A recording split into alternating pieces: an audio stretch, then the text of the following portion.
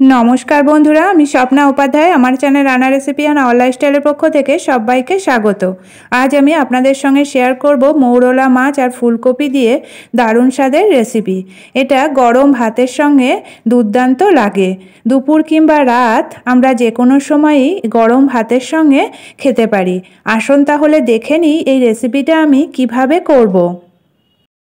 एखाने निये नियेछि समुद्रेर मौरला माछ बेश किछुटा परिमाण। एबार मौरला माछगुलोके भालो करे आँच छाड़िए केटे धुए परिष्कार करे नेब। सब मौरला माछगुलोके भालो करे आँच छाड़िए और एरकम माछेर माथागुलो बाद दिए केटे धुए परिष्कार करे निয়েছি। केन कि समुद्रेर मौरला माछेर माथाय छोटो छोटो काँकड़ेर मतो थाके, खेते भालो लागे ना, ताई एरकम भावेई परिष्कार करे निते हबे। माथागुलो बाद दिए परिष्कार करे निले माछगुलो खेतेও भालो लागबे। दिए दिलाम परिमाण मतो लवण और हलुद और दिए दिচ্ছি সরষের তেল 1 চামচ।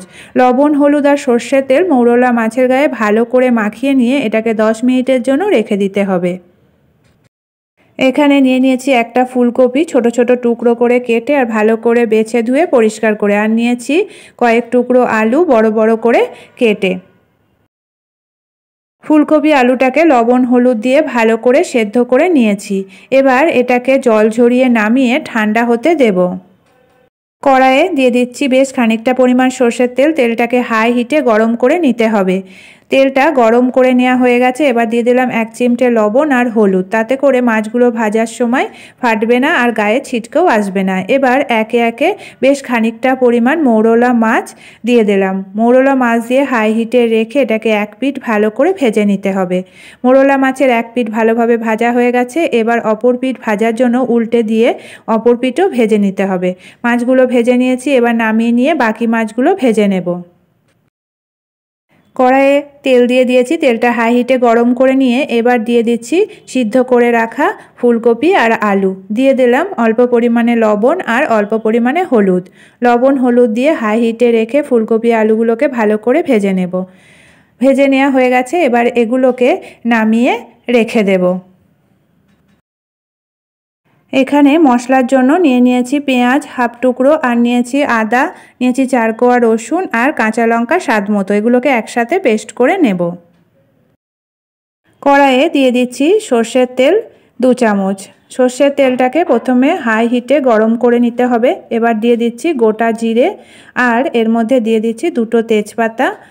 এবার এর মধ্যে দিয়ে দিচ্ছি সামান্য পরিমাণে কুচনো পেঁয়াজ আর দিয়ে দিচ্ছি এর মধ্যে একটা টমেটো টুকরো করে কেটে। ভালো করে মিশিয়ে নিয়ে একটু ভেজে নিতে হবে। ভালো করে ভেজে নিয়েছি। দিয়ে দিলাম লবণ আর দিয়ে দিচ্ছি হলুদ পরিমাণ মতো। দিয়ে দিলাম পেস্ট করে রাখা মশলা। এবার সামান্য পরিমাণে জল দিয়ে এটাকে ভালো করে কষিয়ে নেব। দিয়ে দিলাম অল্প পরিমাণে চিনি। ভালো করে মিশিয়ে নিয়ে এটাকে হাই হিটে রেখে কষাতে হবে। মশলাটা কষিয়ে নিয়েছি। দিয়ে দিলাম হাফ চামচ জিরের গুঁড়ো। ভালো করে মিশিয়ে দিয়ে এবার দিয়ে দিলাম ভেজে রাখা আলু আর ফুলকপি। আলু ফুলকপিটাকেও মশলার সাথে কষিয়ে নিয়েছি। এবার দিয়ে দিচ্ছি এর মধ্যে পরিমাণ মতো জল। জল দিয়ে ভালো করে মিশিয়ে এটাকে হাই হিটে ফুটতে দিয়ে ঘন করে নেব। ঝোলটা ফুটে উঠেছে আর অনেকটা ঘনও হয়ে গেছে। এবার এর মধ্যে দিয়ে দিচ্ছি স্বাদ মতো গোলমরিচের গুঁড়ো আর দিয়ে দিচ্ছি কিছুটা পরিমাণ ধনেপাতা কুচি আর দিয়ে দিচ্ছি ভেজে রাখা মৌরলা মাছগুলো। দিয়ে ভালো করে মিশিয়ে এটাকে আবারও 3-4 মিনিট হাই হিটে ফুটতে দেব।